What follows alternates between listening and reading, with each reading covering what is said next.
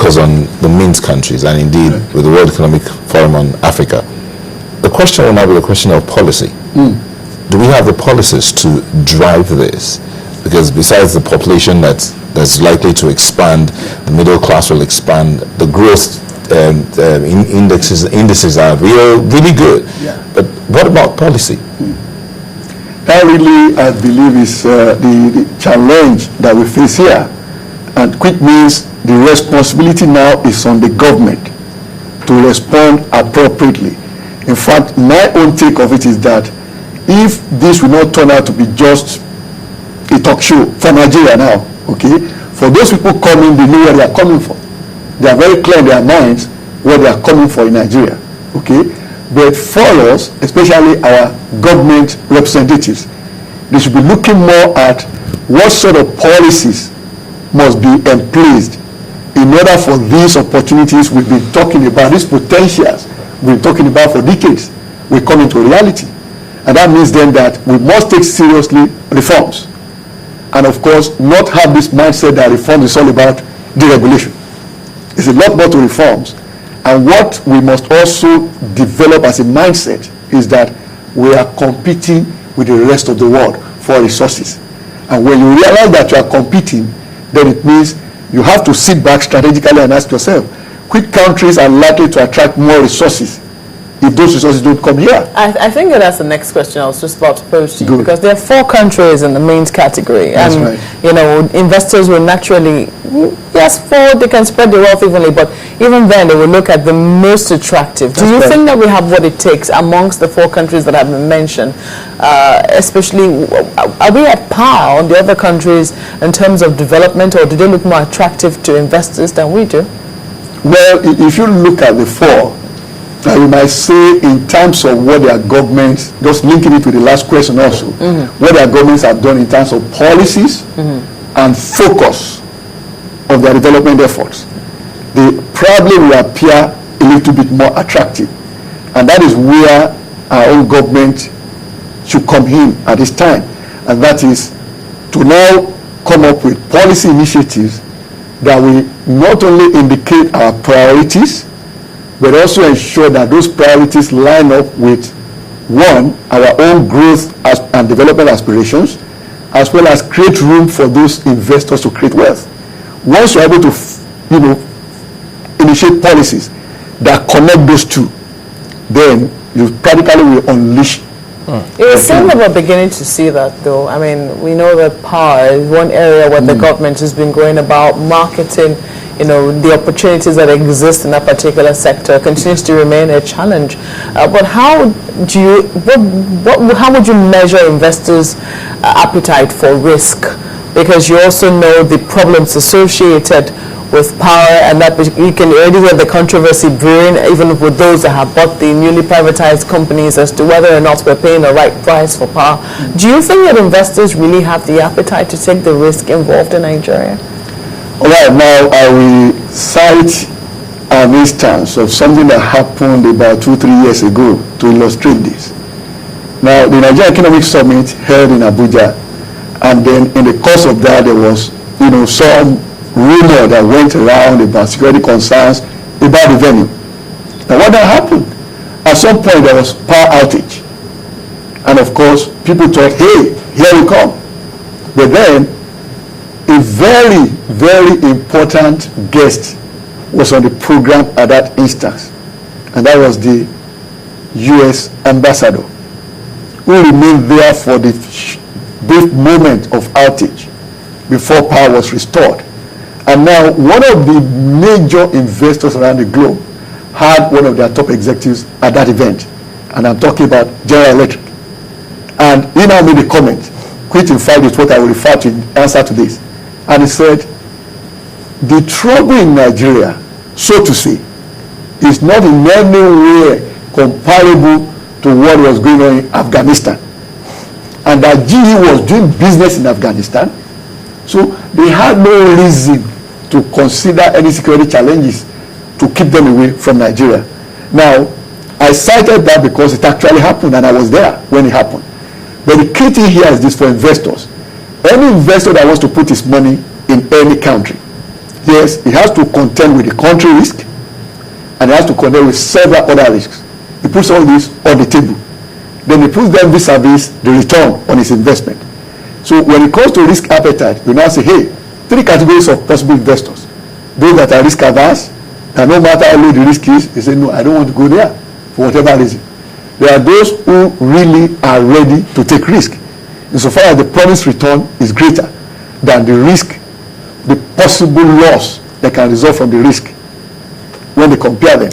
So for such investors, they will always go to where their money will bring greater return than the loss they can possibly make if the risk crystallizes. And that is what most of them have been saying about Nigeria. I'm looking at some figures here. This was as at 2013. In fact, that's the most recent figure. Of this means economics, some of the economic indicators here, population, the GDP growth rates. But we had the highest of the growth rates of these countries. We had 2.54%. And now we've got a population of, this here says 175 million. But look at the economics here. The GDP for 2012 was 263 billion. We happen to be the smallest in those main countries. And Indonesia having their biggest, which was $878 billion. So I see us having, look, this big population growth, yet the smallest of the economies. How do we connect the dots and maximize the population which we have? Because Turkey, that has the lowest, is having a huge GDP growth of $7.8 billion. Yeah, now that really is the attraction. And the way it goes is this. You can liken it to, let's say, 2 vehicles on the road, okay, because that's the way we explain this in economics. Now, a car definitely will accelerate faster than a truck, okay? So the bigger an economy is, the more difficult it is to get it up to speed and to also sustain the speed. In fact, this in particular was the attraction China had for many years, because the economy then was medium-sized, but it was growing at a very fast rate. And so it did that consistently over 3 decades, and then became today number 2 in the world in terms of the size of the GDP. So now, looking at the mint, Nigeria has the smallest GDP there. And that in terms of size, first and foremost, tells you that it has potentials to grow very fast. Now, with the background of a huge population, of course, my own estimate is about 172 million. Okay?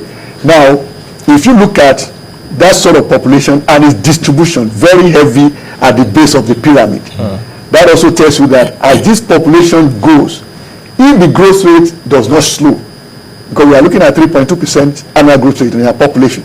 Now, if that doesn't slow, that means this growth rate of the population will be sustained to the near future. But at the same time, this huge base we have will carry forward.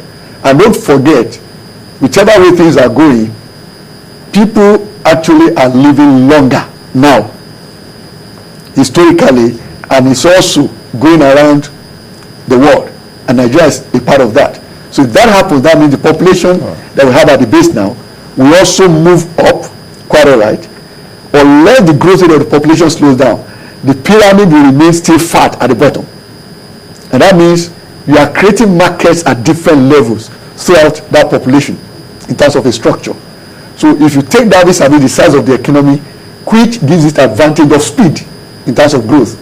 So all we need is just turn to our government and advocate that they should reform as would make it attractive for investors to put their money here and not elsewhere. I was going to take you back to the issue of government and focus. With that population growth, that means more is required. That's right. Now, so those that ask the question, we've had discussions, economic forums, economic planning and all of that. But the issue of focus, how much of those discussions that have been had, conversations I've had, how much of them have been put on ground, and how much of it will still be running? As our population is increasing with that growth rate, there'll be the demand for jobs. That's right. There'll be the demand for infrastructure. Correct. What do we have? How do we go? And how do we get to that point? That really is the key issue here. And I will just put it in a very simple manner. Now, when you look at the needs for infrastructure the need to create jobs. The simple question to ask is, what are the critical infrastructure we must put in place? Now, which are those ones that obviously government should not bother itself with? Now, I'm not saying they cannot, but what they should not bother their heads about. For any critical infrastructure that by its nature is bankable, that means if a private investor goes in there, he or she should not have difficulty getting the funds to implement the project. Government should not bother itself getting involved in that. So in which case, you now get the private partners to plan and execute those infrastructure projects. Now the ones that are not bankable, that is for which it will be easy for any private investor to raise funding for, is what government should concern itself with. And then government can now say, yes, we might not be able to find the resources to do this within a year or 2 years. But every project now is phased, and you know how much you can take in from your budget annually to implement such projects. So that is where focus comes in. So, and of course, when you are creating an environment for investors, whether domestic or foreign, you also consider the fact that whoever will put his money in the project as an investor wants to get his money back. So in which case, how do we create an environment that will enable those investors get their monies back? So that becomes the challenge of policy. And that also will also tell us that, look, policies is not just a matter of a pronouncement. It is about what are we aiming to achieve with this policy? What are the planks of that particular policy? The planks of every policy must be such that they are internally consistent. But if I'm and called the sequencing.